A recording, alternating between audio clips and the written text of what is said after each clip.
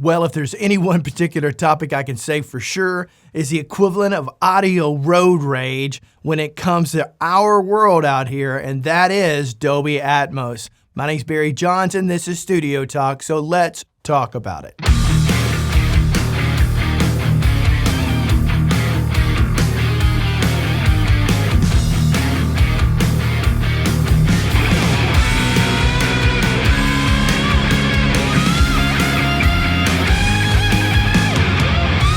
But if there's any one thing I can tell you for sure, it's become evidently clear to this guy right here, and I'm sure all of you, that every business related to what we do, okay, especially related to the tools that we use to mix with, are definitely without a doubt trying to push Dolby Atmos, okay? Whether that's starting with Apple, who started this whole mess, going into Spotify. Let's face it, those particular companies, especially Apple, the only reason they're pushing this, and it's the only reason, is they want to sell you more of their earbuds or headphones. That's why they're doing it. I don't believe for 1 second that Apple is doing it because they think that it's best for everybody, okay? Now, it very well may be a great experience. Let me get this out of the gate right now. I've personally never listened to Dolby Atmos. I've never been in a Dolby Atmos studio. I've never listened to Dolby Atmos in a true listening environment. The closest I guess I've come to it is, my Apple earbuds or whatever they call those things. They have spatial audio. Is that the same thing? I don't know. I doubt it, but I don't really know. All I can tell you is I can't tell any difference listening to audio through that when I'm listening to music recorded in spatial audio versus other music. I personally can't tell really any difference. It's not the optimal listening environment for that. So, I've done a previous video on this, but that was more about why is this kind of being pushed on us? And I think I just touched on that. Ultimately, I think it's money because the practicality of it, and that's why I think people like you and quite frankly me are suspicious. I'll say this. I'm very confident that if I went into a properly set up listening environment and listen to a piece of music recorded in the tradition of what they're trying to sell us, that I would find it an enjoyable listening experience. I do believe that I would, okay? Because there have been other people since my last video who have messaged me, really who I can tell are very objective people, and people who I feel like I can trust, that tell me, hey, this stuff is pretty darn good. And so I'm not doubting that for 1 second. But I also know, okay, no matter how good it is, to get people, especially worldwide for goodness sakes, to embrace something like that, that is a significant change. I mean, a significant change. We've been listening to stereo for decades now, which started, I think, really became mainstream in the early 70s. And then since then, we've been listening to music in stereo, and let's face it, we've all been perfectly fine. Do you feel like you're missing anything? Do I feel like I'm missing anything? No, I don't.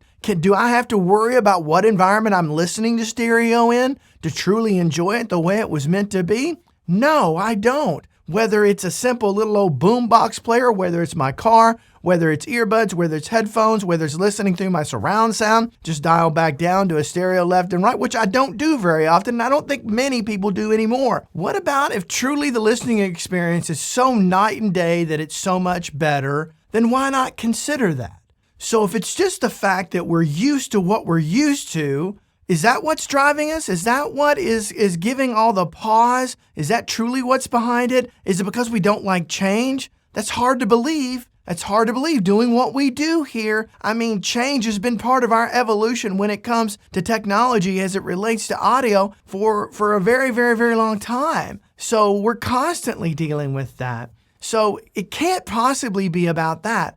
Is it about finances?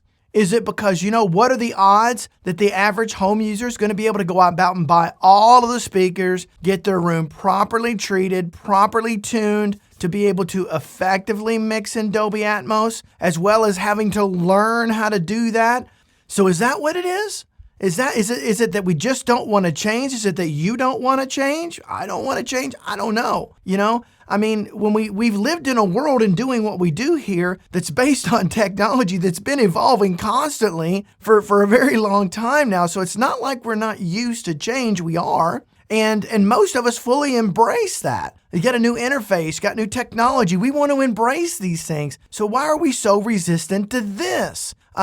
Is it because we think it's just all hype? I mean, a lot of people are talking about it, like myself, who've never experienced it. I mean, we developed this opinion as if what we've read, what we've heard, and who knows if what we've read and what we've heard is accurate. I don't know. Is it? Is it not? I can't say, because I honestly have, like I said before, I've never truly experienced in its right way. Am I suspicious? You better believe I'm suspicious, okay? I'm suspicious about its adaptability and the motivations behind it. But since we're used to this technology, it's got to be more. It's got to be something else. Is it because of the expense related to this? And I think for many, that's probably a big deal. A big deal. I mean, now you've got to go out and put speakers all the way around your room. Most of us can barely afford a set of studio quality monitors, just one pair. And if we're lucky, you've got two to be able to have a monitor A and B, be able to bounce our mixes, be able to listen to those in separate environments to see how well they're translating.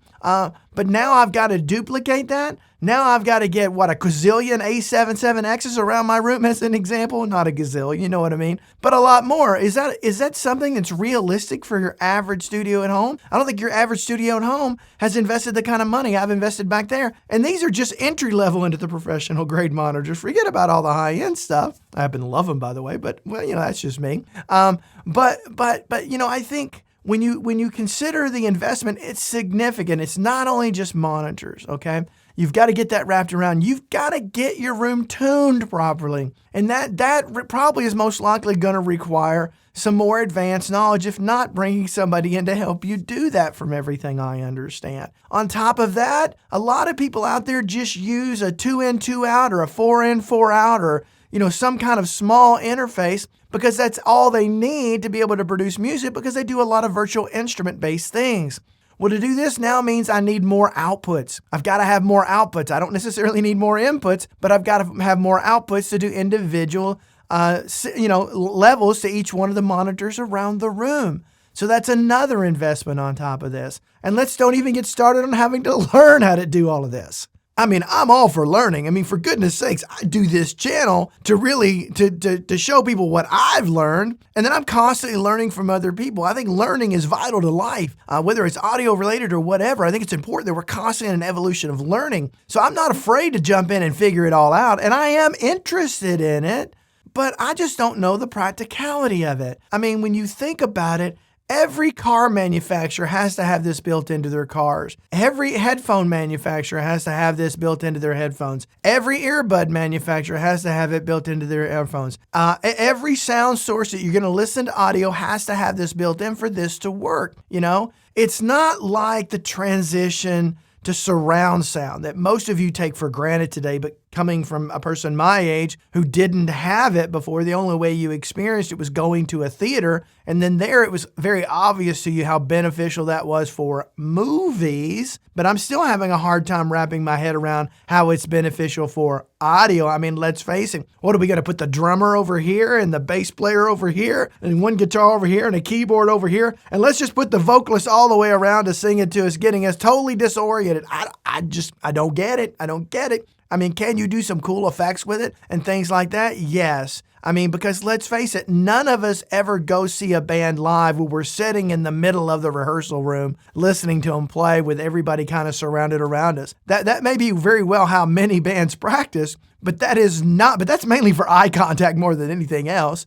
But that's not how the listener is listening to it. So do we want to place them there? Is that really beneficial? I mean, is it the way that we really are used to and have an expectation for music? I don't know. All I know for sure is, and without question, I would say an overwhelming, and I mean freaking overwhelming majority of people that do this like us, okay, are so resistant to this, they don't even want to hear about it.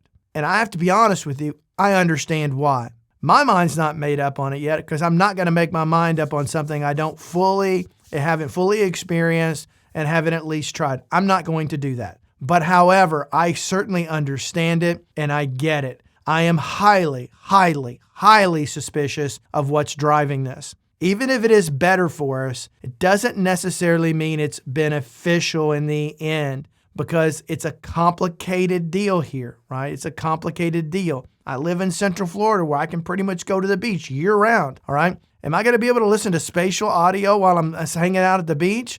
Because unless they can guarantee me without question that can perfectly represent itself down to stereo and do it as good as it's ever been in stereo, not making compromises, not making sacrifices, but truly fold down in a way that is absolutely flawless to where you can benefit from both sides of it, I'm sorry. You're going to have a hard time getting normal, average, everyday people around the world. I mean, we're kind of in this passion of creating music here. It's what we do, okay? Your average listener out there doesn't care, could care less about the technology behind it. They just want to experience the music. So leave me some comments down below. Tell me what you think about Dolby Atmos. And I already know what you think, but try to be objective, Don't make a case and don't be so adamant about something unless you truly have a well-informed opinion. We can talk about conjecture because really at the end of the day, for the vast majority of us, that's exactly what this is, okay? So do me a favor, subscribe to the channel if you like the content I put out. But until next time, have yourself a great day. Bye-bye.